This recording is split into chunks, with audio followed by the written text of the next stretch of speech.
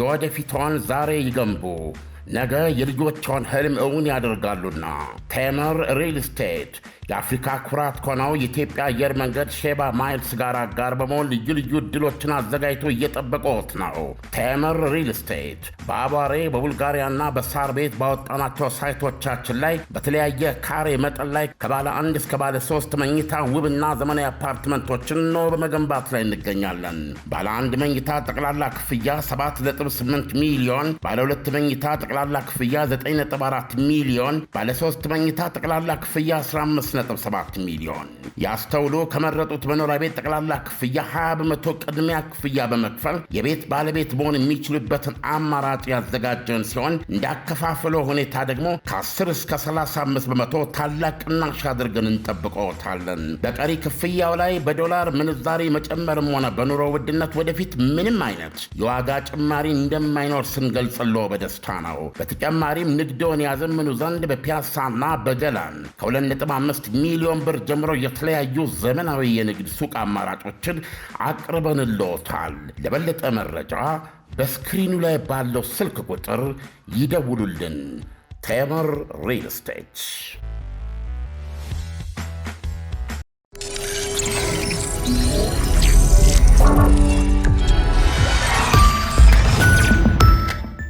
ይህ አዋዜ የዓለም ዋንጫ ነው። የአርጀንቲናው የማራዶና ከፊል መሳ ጥበበኛው ሊዮኔል ሜሲ በአሜሪካና ኢራን ቁርቋሶና ንትርክ የዳመነውን የዓለም ዋንጫ አበራው። አዋዜም በ3 ሀገራትና በ48 ሀገራት መካከል ወደ ጀመረው የእግር ኳስ ፍልሚያ ጥሞናውን ማቅናት ጀምረዋል። ዕድሜ 6ኛ የዓለም ዋንጫውን እየተካፈለ ለሚገኘው ዋንጫ በሌ ምትሃተኛው አርጀንቲናዊ ሊዮኔል ሜሲ የአሁኑ የዓለም ዋንጫ በሰሜን አሜሪካ የሚዘጋጅ በመሆኑ በዋነኛነት አሜሪካ እንደዚሁም ሜክሲኮና ካናዳ ያዘጋጁታል። ያለፈው የዓለም ዋንጫ አሸናፊ አርጀንቲና የማግረባዋን አልጄሪያን በ3-0 ካራ ከንቅል ወደ ተዋጣለት ክትፎ ቸፍጭፋታለች። ሲጣፍጥ ካራው ደግሞ ሜሲ ነበረ። ፍቅርና ሜሲ አያረጁም በሚያስብል እያደር አዲስነት ባሎንዶር የሚሰኘውን የወርቅ ጫማ የፊፋ የክብር ሽልማት 6 ጊዜ ያግበሰበሰው አርጀንቲናዊ በረጅም የጀብድ ታሪኩ የሕይወቱን የመጀመሪያ የዓለም ዋንጫ 3 አሰርቷል። ሃትሪክ ቱቱት የሚያሰኝ ነው። ሜሲ ከዓይን ያውጣ። ግጥሚያውን መላቅጡ ከጠፋው አረብ አፍሪቃዊና ከማራዶና እናት አርጀንቲና አገራዊ ግጥሚያ አውጥቶ ወደ ግሉ ወደ ሜሲ ሾው ቀይሮታል። ለነገሩ ይህ የዓለም ዋንጫ የዛሬ 4 ዓመት የሜሲን የዕድሜ ልክ ጥረት ሊያመክንና የአርጀንቲናን ዕጢ ዱብ ሊያደርግ አፋፍ ደርሶ በልብ ድካም ሊገለን የነበረው እምባፔ የተሰኘው ጃውሳም ከፈረንሳይ ጋር ዋንጫ በማንሳት የራሱን አዲስ የታሪክ ምዕራፍ ከወዲሁ በ2 ጎሎች መክፈቱ ታውቋል። የፔሌን ልጅነት በሚያስታውስ ገጽታ አተራማሽነት፣ ጃውሳነት፣ ኳስ ፊደልነትና መራዥነት የኳታር የዓለም ዋንጫን በማዕበል የመታው ፈረንሳዊ ዘንድሮ በአሜሪካ ልቤ ከሱ ጋር መሆኑን ስገልጽ ታላቅ ደስታ ይሰማኛል። ሌላው ቀርቶ የሜሲ አርጀንቲናና የእሱ ፈረንሳይ እንደ ኳታር ሁሉ ዳግም ለዋንጫ ቀርበው ቢፋለሙ እንኳ ዘንድሮ በምወደው ማራዶና መንፈስ ላይ እንኳ ምጻለሁ። ሜሲ በ3ታው የዓለም ዋንጫ የጎል ክምችቱን ወደ 16 በማድረስ ክብረ ወሰን ተጋርቷል። ዕድሜው እኮ 38 ነው፣ ብታምኑም ባታምኑም። በእግር ኳስ 38 ማለት የዶናልድ ትራምፕ 80 ዓመት እንደማለት ነው። ይሁንና ሜሲ እንዳጀማመሩ ከአረጁ አይበጁ ከመባል ይልቅ ዕድሜ ተራ ቁጥር ነው የሚሉትን ወገኖች አጠናክረዋል። ቢቢሲ ስለዚህ ጨዋታ ሲዘግብ የካንሳስ ፀሐይ ከከተማዋ ሰማይ አውድ ሸርተት ብላ ስትጠልቅ የ38 ዓመቱ ሜሲ በ6 የዓለም ዋንጫዎች በመሳተፍ የዓለማችን የመጀመሪያው ሰው መሆኑ ተበስሯል ብለዋል። የዓለም ዋንጫ የረጅም ጊዜ ተሳትፎ ባለ ክብረ ወሰን የሆነው የፖርቱጋሉ ክርስቲያን ሮናልዶ በአንድ ቀን ተቀድመዋል። ፖርቱጋሎች ገና ግጥሚያቸውን ስላላደረጉ ማለት ነው። ግጥሚያውን ሲጀምር ለ6ኛ ጊዜ በዓለም ዋንጫ ተካፈለ ማለት ይሆናል። ለመሆኑ ይህ የእግር ኳስ አዛውንት ግረሙቁ ሜሲ በኢትዮጵያ የልኳንዳ ቋንቋ ንቅሉን አልጄሪያ እንዴት ለክትፎ አክተፈተፈው አደረሰው? እንዴት ለጣባና ለቀንድ ማንኪያ ዳረገው? ሂደቱ ረጅም ነው ይላል ቢቢሲ። ጨዋታው በተጀመረ በአራተኛው ደቂቃ ከሉካንዳ ቤት ሜንጦ እንዳለ የወረደውን አልጄሪያን ሜሲ በሰላ ጎሉ መሸርከት ጀመረ። ይሁንና አንድ አራጋቢ ባንዲራቸውን ሰቅለው የሜሲን ግብ በኦፍሳይድ ሻሯት። ንቅሉም ወደ ሜንጦ ተመለሰ። የፈረንሳይ ሌጀንድ ዚነዲን ዚዳን የባህር ልጅ ጎል ጠባቂው ሉካ ዚዳን ከማለዳ ቅሌት ተረፈ። ነገር ግን አልቀረለትም። ደም የሸተተውና ወርቃማ ልጃቸው ማራዶና ባሮ ገዳይ ውርስ ያጎናጽፋቸው የአርጀንቲና ቲፎዞች ዋንጫውን ከወዲሁ የወሰዱ ያክል የተሻረቿን ግብ ራሷን ጉሮ ወሸባይ እያሉ አከበሯት ብሏል ቢቢሲ። አልጄሪያዎቹ በዓለም ፊት ክትፎ መሆናቸው እንደማይቀር ደመነፍሳቸው ነገራቸው።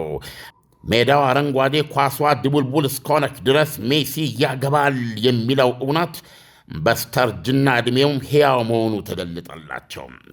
እሳት ላይ እንደወደቀ ላስቲክ ልባቸው ተንጫረች። ከ14 ደቂቃዎች እዚህና እዚያ መናቸፍ በኋላ 18ኛው ደቂቃ ላይ ምህረት የለሹ ገዳይ ሜሲ ተመልሶ መጣባቸው። ዚነዲን ዚዳን የበረኛው አባት ወደ መታጠቢያ ቤት ሮጠ። ልጁ ሉካ ዚዳን አይኑን ከፊቱ ወደ መጣው ምጣት አተኩሮ በልቡ አባቴ ዚዳን ድረስልኝ ሲል አማተበ። ጋዜጠኞች አንዳቸው ወደ ሌላኛው ባልደረባቸው በአይናቸው ተፈላለጉ። ይሄ ነገር ሊሆን ነው እንዴ ተባባሉ ይላል ቢቢሲ የሜሲን አመጣጥ አደገኛነት እየገመገሙ። አልጄሪያ እኔን አፈር ይብላኝ ከሜንጦ እየወረደች ነበረ። ወይ ሜሲ ጭካኔህ!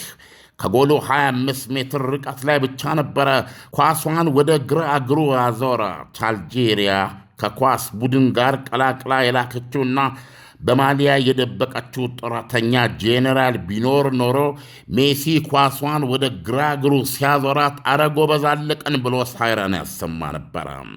ሁሉም ተዋጊም ደጀንም በራችሁ ላይ ተረባረቡ ይል ነበረ። ምን ያረጋል ጄኔራል የሌለው ንቅል ቡድን። ሌላው ምኑ ይነገራል? የኳታር ቁጥር 1 የጋዝ ማምረቻ ተቋምን 20 በመቶ አቅም አመድ ያደረገው የኢራን ቦሊስቲክ ሚሳኤል ተተኮሰ እንደማለት የሚያስቆጥር ልግ ወደ መከረኛው አልጄሪያ ጎል ተመታ። እንደ ጎንደር እስክስታ የምትንዘረዘር የአይን ማረፊያ ኳስ ተምዘግዝጋ በአልጄሪያኖች ጎል በስተቀኝ ምሰሶ አናት 90 ዲግሪ በኩል ተመሰገች። መረቡ ወረበ። የዚነዲን ዚዳን በኩር ሁለት እጆቹን ወደ ሰማይ ቀስሮ በእሷ አቅጣጫ ቢሰነዝርም ከኳሷ ክረት ተነሳ ሊያጨናግፋት አለመቻል ብቻ ሳይሆን የተዘረጉ እጆቹ የምርኮ እጅ ወደ ላይ መሰሉበት። ካንሳስ ስታዲየም በጩኸትና እልልታ ፈነዳ። 14ኛውን የዓለም ዋንጫ ጎሉን ያነጠበው ሜሲ አይኖቹ በእንባ ወረዙ። አርጀንቲና ታሪካዊ ምሽት ውስጥ እየገባች ለመሆኑ ፍንጭ ነበርና የቦይነስ አይረስ ምሽት ቤቶች በራቸውን እንዳትዘጉ ዛሬ ሌቱም አይነጋልኝም ነው ተባባሉ። ይገርማል። ለአልጄሪያና ለአልጄሪያውያን ግን ከሜንጦ ወደ መክተፊያ የወረዱበት ዕጣ ፈንታ ነበረ። ለወሳሱ ሜሲ ጎሏን የወደዳት ጎሏን ያፈቀራት አለ የቀድሞው የኤቨርተን የመሃል አከፋፋይ ሊዮን ኦስማን ሲናገር ለቢቢሲ። ይችን ጎል እንደ ሕይወቱ የመጀመሪያ የዓለም ዋንጫ ጎሉ ነው የቆጠራት አለ። ሜሲ የመጀመሪያውን የዓለም ዋንጫ የተካፈለው የዛሬ 20 ዓመት በ18 ዓመቱ በአፍላ ጎረምሳነቱ በአስራ ቤት ሳለ መሆኑ የሚታወስ ነው። ጨዋታው ቀጥሏል። ንቅሉ የጉራጌ ባልትና አዋቂ ሴቶች ፊት በመክተፊያ ቀርበዋል። ቢላቸውን ስለው በሸኖ ቅቤ ያበደ ክትፎ ለማክሰኞ ራት እያዘጋጁ ነው። ቆጮ ተጋግሯል። የቀንድ ማንኪያውና ጣቢያው ከነ ኮባ ንጣፉ ረጅም ገበታ ላይ ተደርድሯል። የመስቀል ዕለት ይመስላል። ብዙ ሰዎች ሲሰሩ ቆዩና 60ኛው ደቂቃ መጣ። በቅርብ ርቀት የቆመው ሜሲን በማየት ልቡ የራደው የዚነዲን ዚዳን ልጅና የአልጄሪያ ጎል ጠባቂ ሉካ ዚዳን ኳሷን ተፋት ወይም አወጣ ብሎ መራዡ ሜሲ ግድያ ፍለጋ በወደረበት መስመር በኩል ሰደዳት። እንዴት ያለ አደገኛ ስተች! ሜሲ በገዳይ እርጋታና ጭካኔ ኳሷን መረባት ማለት ነው። የጉራጌ እናቶች ድግሱን እያጧጧፉት ነው። መክተፊያ ሁሉ የሰላ ቢላው ንቅሉን ሲሸረካክተው በሚያሰማው ድምፅ አንድ የሙዚቃ ባንድ መሰለ። ንቅሉ ተከተፈ። የቅቤው መዓዛ ሆድ መሞርሞር ጀመረ። ጀማው ክትፎ እስኪቀርብ ድረስ መንፈሱ ተንቆራጠጠ። ደጋሹ ሜሲ ቃል ገብቷል። 15ኛ ጎሉ ተመዝግቧል። የዓለም ዋንጫ ላይ ከተመዘገበው የአንድ ተጫዋች 16 ጎል ክብረ ወሰን ሊቀላቀል አንዲት ጎል ብቻ ይቀረዋል። ድግሱ ጫፍ ደርሷል። ሜሲ በአንድ በኩል 15ኛውን ጎል አግብቶ የክብረ ወሰን ተጋሪ ለመሆን አንድ ሲቀረው፣ በሌላ በኩል ደግሞ በጡረታ ዕድሜ በዓለም ዋንጫ ግጥሚያ ላይ ሁለት ጎሎች የመሰገ የመጀመሪያው አዛውንት ሆኖ ተመዝግበዋል። እስከ ትናንት ድረስ በዓለም ዋንጫ ብዙ አግቢነቱ ዙፋን ላይ በ16 ግቦች ብቻውን ተንፈራጦ የነበረው የጀርመኑ ሚሮስላቭ ክሎዜ ነበረ። ከሜሲ ሁለተኛ ግብ በኋላ ክትፎ ተከትፎ ከቅቤውና ከድቁሱ ጋር ተቀላቅሎ በጣባው እየተሞላ ቢጠጡት ከማያሰክረው የጉራጌ አረቄ ጋር ተቀናጅቶ በላተኛው ፊት ተደርድሯል። የሚቀረው ክትፎውን ከሚጥሚጣው ከጎመኑ ከአይቡ ጋር እየቀላቀሉ ናገባ በሞቴ ማለት ብቻ ነበረ። ሆኖም ብሎ የሚለውን ትዕዛዝ የሚሰጠው ሜሲ ነበረ። ብዙ አላስጠበቀንም። 76ኛው ደቂቃ ላይ መጣ እንደ አንበሳ እያገሳ። እንኳንም አልጄሪያዊ ያላደረከኝ የምታሰኝ ቅጽበትና ቅስፈት ነበረች። ጊዜው ማረና ክርስቶስ አማተቡ ምዕመናን። ሜሲ ተቀይሮ የገባው ኒኮ ጎንዛሌስ ሎኮሞቲቡ ሜሲ በሚያድንበት አቅጣጫ በመዘዘኛ ግራግሩ አድራሻ በኩል ሰደደለት። የንቅሎቹ አልጄሪያውያን የጎል ክልል በር ላይ ነበረ። ሜሲ ሶስታ የሠራበትን የብረት ዘንግ ጎል ቁዝምዝም ነረታት። ሉካ ዚዳን ቃጣ እንጂ እሳቱን ሊጨብጥ አልደፈረም። እናቱ ገበያ የሄደችበት ልጅ መሰለ። አባቱ ዚነዲን ዚዳን እስካሁን ድረስ ካልጋው አልተነሳም። አትቀስቅሱኝ ብሎ ትናንት እንደተኛ ነው። ሜሲ በዓለም ዋንጫ የጎል ጃውሳዎች የታሪክ ሰንጠረዥ ላይ ዙፋን ላይ ለብቻው ተንፈራጦ የነበረውን ክሎዜ ጠጋ በል ብሎ ተሰየመ። በዚህ ታሪካዊ ሰንጠረዥ ላይ በ15 ጎል ክርስቲያኖ ሮናልዶ ይከተላል። ሌላው ጀርመናዊ ጆርድ ሙለር 14 ጎሎች ይዞ በሦስተኛነት አለ። በዚህ የአሜሪካ የዓለም ዋንጫ ራሱን ሊሞሽር ከወዲሁ 2 ጎሎች ያሉት ክሊያን እምባፔም በ14 ጎሎች ከሙለር ጋር ተደርቦ በሦስተኛነት ይገኛል። በ12 ጎል ፔሌ አለ። ከሱ በታች በ11 ጎል ሌላው ጀርመናዊ ጀርገን ክሊንስማን ይከተላል። እየበላችሁ በቅቤ ጨቅ ያለ ማለፊያ ክትፎ ቀርቦ ብሉ ተብሎ አይለመንም።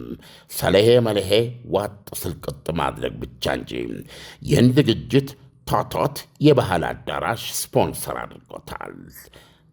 ኢሳያስ፣ ጨዋታው አሁን ትንሽ መልክ እየያዘ ነው። የዶናልድ ትራምፕ ሪሊ ያላባራ መግለጫ በእውነት ሸፍኖት ቆይቷል። አሁን የአንጻራዊ እንግዲህ የሰላም ስምምነት ተፈራርመናል ብለዋል።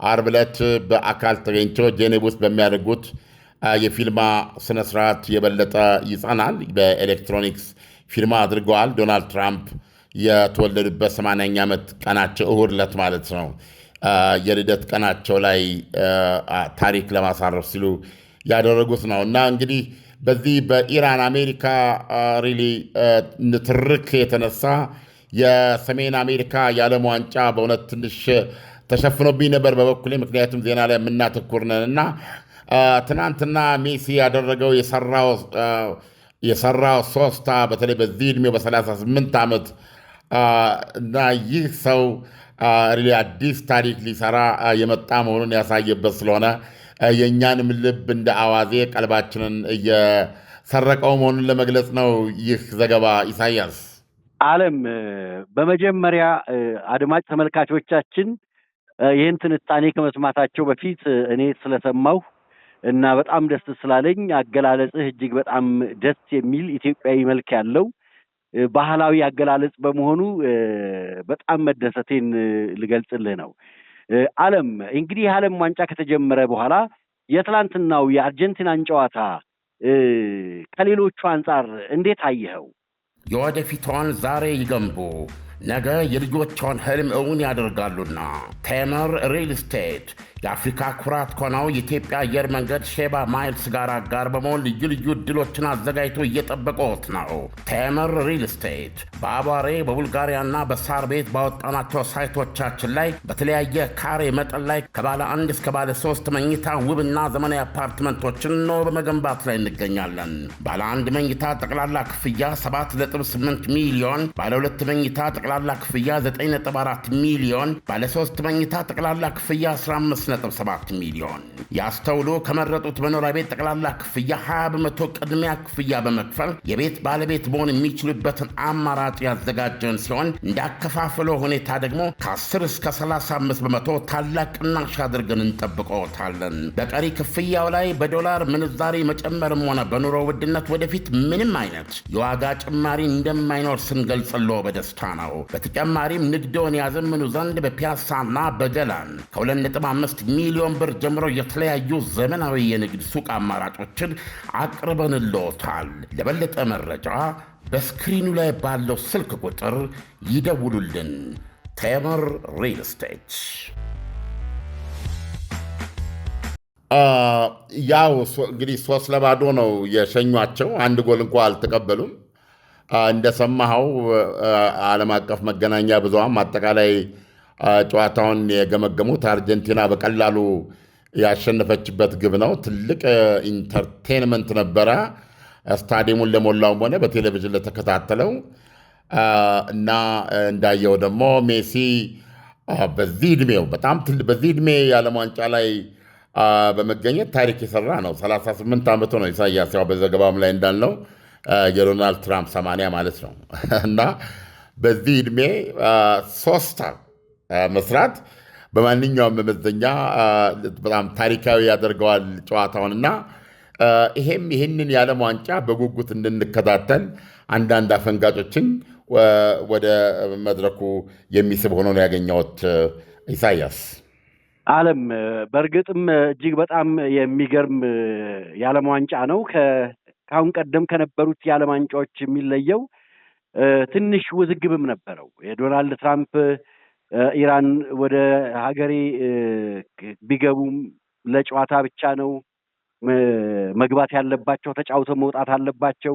የዚህ የሶማሌውም አልቤትር ፈቃድ ሳያገኝ መመለሱ ከአሁን ቀደም ከነበሩት የዓለም ዋንጫዎች ለየት ያደርገዋል እና እጅግ በጣም የሚገርም ነበረ እና ልክ ነህ ኢሳያስ።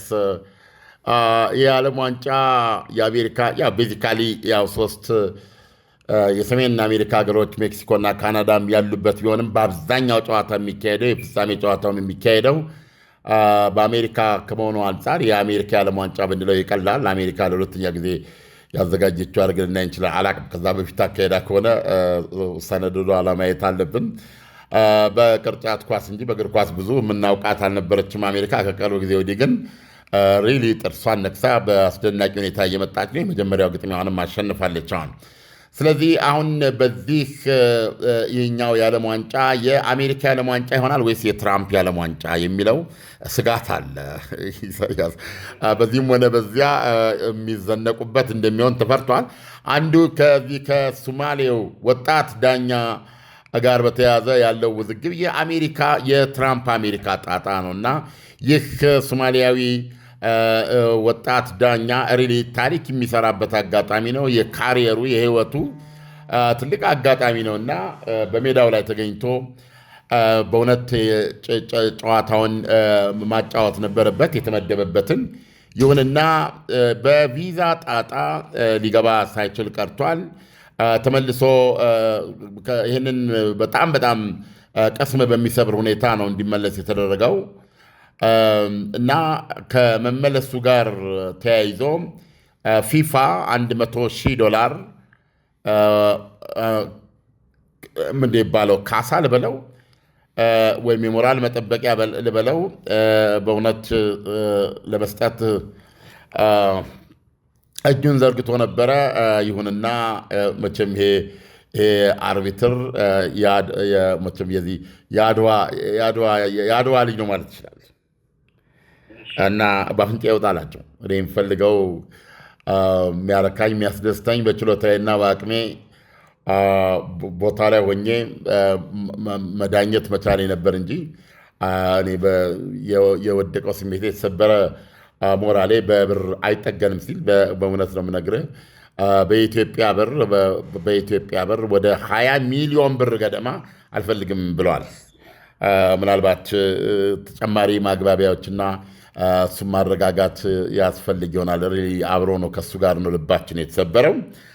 እንደገና ደግሞ ሌላው ያነሳው የኢራን ጉዳይ ነው። ኢራን በእውነት እንግዲህ ይህ ጦርነት ካወደማት ይልቅ የካባት ነገር የበለጠ ሆኖ ነው አሁን እየታየ ያለው። እናም የዓለም እግር ኳስ ዋንጫ ተሳታፊ ነች እና ቡድኗ መቀመጫው ሜክሲኮ ነው ምድቡ። ነገር ግን አንድ ጨዋታ ወደ አሜሪካ ዘልቆ ማካሄድ ነበረበት። ጨዋታውን ከፈጸመ በኋላ እዛው የትኛው የሆነ ስቴት ውስጥ ማደር ነበረበት። አድሮ ትንሽ አሜሪካንም ዞር ዞር ብለው አይተው እንደዛ ማድረግ ነበረባቸው። ነገር ግን ከቴህራን የደረሳቸው ቀጭን ትዕዛዝ በአስቸኳይ አውሮፕላን ይዛችሁ 140 ኪሎ ሜትር ርቀት ላይ ነው የሚገኘው ቡድኑ፣ እዛው ድንበር ላይ ነው። ይዛችሁ ወደ መጣችሁበት ተመለሱ አሉ። አሜሪካንን አናምናትም አሉ። የኢራን ተጫዋቾች አሜሪካንን ዋሉባት እንጂ ያላደሩባትም። ሲበሩ ሜክሲኮ ገቡ። ኢሳያስ እና ልክ ነህ። ይህም ውዝግብ አልተለየውም። ለዚህ እኮ ይህ የዓለም ዋንጫ የአሜሪካ የዓለም ዋንጫ ይሆናል ወይስ የትራምፕ የዓለም ዋንጫ የሚለው ጥያቄ ውስጥ ያለው? አዎ በእርግጥም ፕሬዚዳንቶች እንደዚህ ጣልቃ ሲገቡ የተለመደ አይደለም። ዶናልድ ትራምፕ እንግዲህ እስካሁን እኮ ቢያንስ በፕሬዚደንትነት ስናውቃቸው ወደ ሁለተኛ ዓመታቸው አንድ 6 ወር ቢቀራቸው ነው፣ የተቃረቡ ነው። የሁሉ ነገር ማዕከል ናቸው። ሁሉ ነገር በሳቸው ዙሪያ ነው የሚሽከረከረው። ይሄ ዶናልድ ትራምፕ ናቸው። ስለዚህም ይህም የዓለም ዋንጫ በሳቸው ዙሪያ መሽከርከሩ የግድ ነው። ይህም አይቀር ነው። እንግዲህ ይሄ ነገራቸው ያርቀን ይሆን የሚለው ነገር እንዳለ ሆኖ የዓለም ዋንጫ ግን ታንክስ ለሜሲ በእውነት ቀልባችንን ስቦታል። አይሆፕ በዚሁ መንገድ ይህን የዓለም ዋንጫ በአዋዜም ላይ ማቅረብ እንቀጥላለን ብዬ መበረታታት እፈልጋለሁ። ኢሳያስ፣ በነገራችን ላይ ምሳ ያልበላ ከሆነ ግብዣው የኔ ሆኖ ቶቶት ጎራ ብለህ ቆንጆ ክትፎ እንድትበላ ብጋብዝ ደስ ይለኝ ነበር። ግን ይህን እያልኩ ጻሚነት ትዝ አለኝና ለነገ ባረግልስ ግብዣውን። ይሄ የጻድቅ ሀሳብ ነው አለም። ባንዳፍ መልካም ቀን አለም። ለትንታኔው በጣም አመሰግናለሁ። መልካም ቀን ይሁንልህ። የወደፊቷን ዛሬ ይገንቡ፣ ነገ የልጆቿን ህልም እውን ያደርጋሉና ቴምር ሪል ስቴት የአፍሪካ ኩራት ከሆነው የኢትዮጵያ አየር መንገድ ሼባ ማይልስ ጋር አጋር በመሆን ልዩ ልዩ ዕድሎችን አዘጋጅቶ እየጠበቀዎት ነው። ቴምር ሪል ስቴት በአቧሬ በቡልጋሪያና በሳር ቤት ባወጣናቸው ሳይቶቻችን ላይ በተለያየ ካሬ መጠን ላይ ከባለ 1 እስከ ባለ 3 መኝታ ውብና ዘመናዊ አፓርትመንቶችን ነው በመገንባት ላይ እንገኛለን። ባለ 1 መኝታ ጠቅላላ ክፍያ 7.8 ሚሊዮን፣ ባለ 2 መኝታ ጠቅላላ ክፍያ 9.4 ሚሊዮን፣ ባለ 3 መኝታ ጠቅላላ ክፍያ 15.7 ሚሊዮን። ያስተውሉ፣ ከመረጡት መኖሪያ ቤት ጠቅላላ ክፍያ 20% ቅድሚያ ክፍያ በመክፈል የቤት ባለቤት መሆን የሚችሉበትን አማራጭ ያዘጋጀን ሲሆን እንዳከፋፈሎ ሁኔታ ደግሞ ከ10 እስከ 35% ታላቅ ቅናሽ አድርገን እንጠብቀዎታለን። በቀሪ ክፍያው ላይ በዶላር ምንዛሬ መጨመርም ሆነ በኑሮ ውድነት ወደፊት ምንም አይነት የዋጋ ጭማሪ እንደማይኖር ስንገልጽሎ በደስታ ነው። በተጨማሪም ንግዶን ያዘምኑ ዘንድ በፒያሳና በገላን ከ2.5 ሚሊዮን ብር ጀምሮ የተለያዩ ዘመናዊ የንግድ ሱቅ አማራጮችን አቅርበንልዎታል። ለበለጠ መረጃ በስክሪኑ ላይ ባለው ስልክ ቁጥር ይደውሉልን። ቴምር ሪል ስቴት